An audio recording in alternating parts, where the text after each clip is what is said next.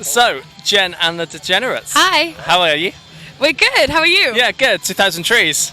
Yes. How's your weekend been so far? It's good. We've been counting the trees. So far, there is at least 1,500.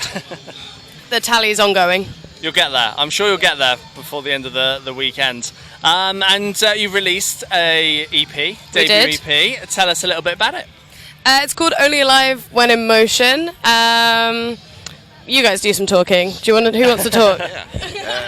Yeah, Only Alive When in Motion. When exactly did it come out? I cannot remember. Yeah. Rubbish with dates. It's out. Yeah. It's out there now on Spotify.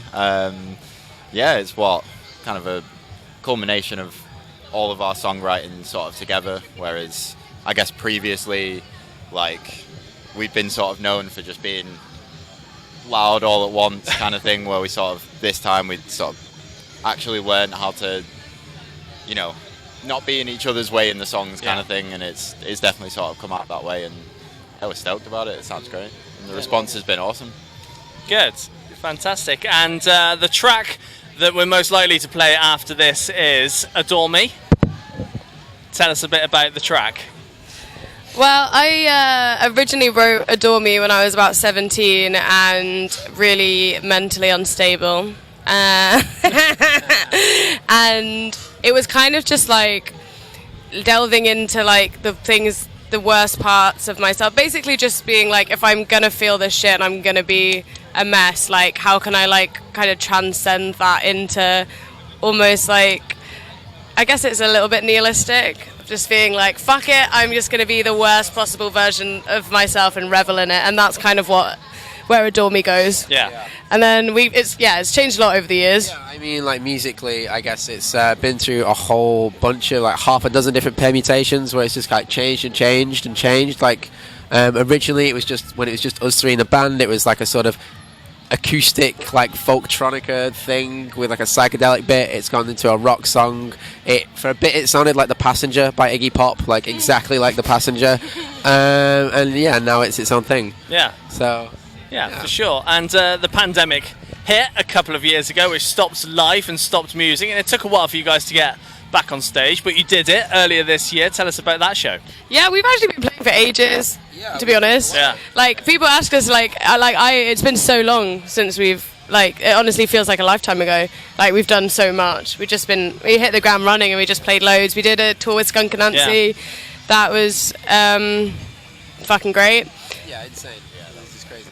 Yeah, that was good. The biggest thing we've done so far, and just great to learn from people that are incredibly experienced. At the point where you're in such a well-oiled machine, you're not just learning from them, you're picking stuff up off their crew. Do you know what I mean? Yeah, it's fucking great. Yeah, absolutely. And you've got more dates to come later this year. So where can people see you after this weekend? So we're playing a bunch of festivals. We're playing Truck. We're playing Why Not.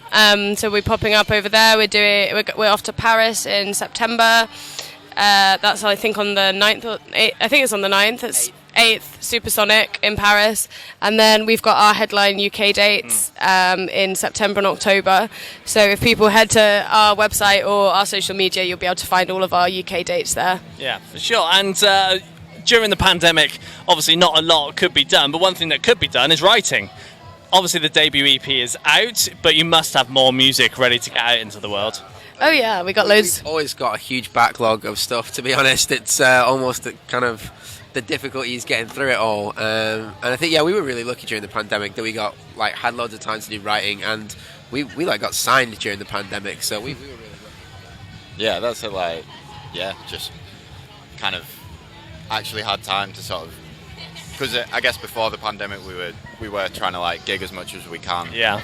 Or could rather, and then that whole time I guess we sort of really just sort of stood back and was right, how are we gonna take this to the next level, and actually, what are we going to do when we're signed, and how are we going to push forward, and not just sort of oh yeah, great, we're signed, just stay stagnant. We're always reaching for the next thing and trying to improve on it.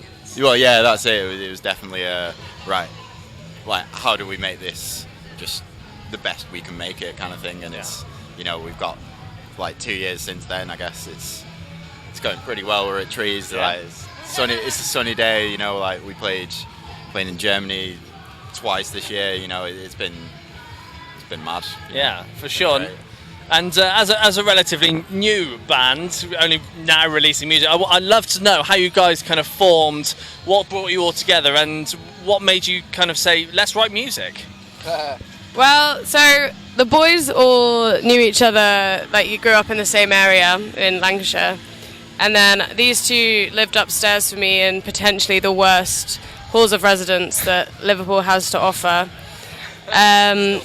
It's gone now. It's not a halls of residence anymore. They're turning it into a hotel, Northwestern. Yeah, and I asked them for a number for drugs. And we said, what kind of drugs? Yeah, we just started writing tunes in basically like a little cupboard, like that was our vocal booth. And yeah, we were doing like acoustic gigs and all that kind of thing, weren't we? Yeah.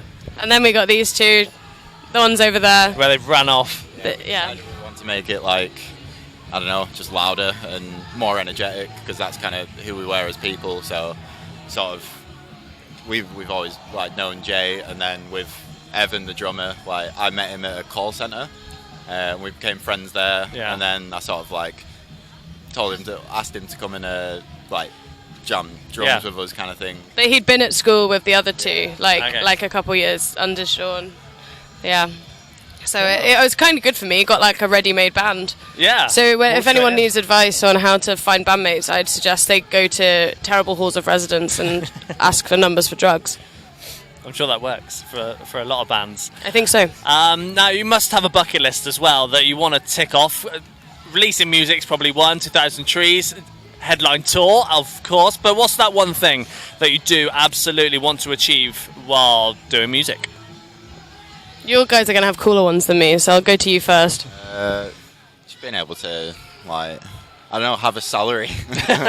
Live off it. Like, just being able to pay my way so I don't have to do a job, I guess. Yeah. I guess that's like the main bucket list thing, you know. If I've done that, then I'm happy.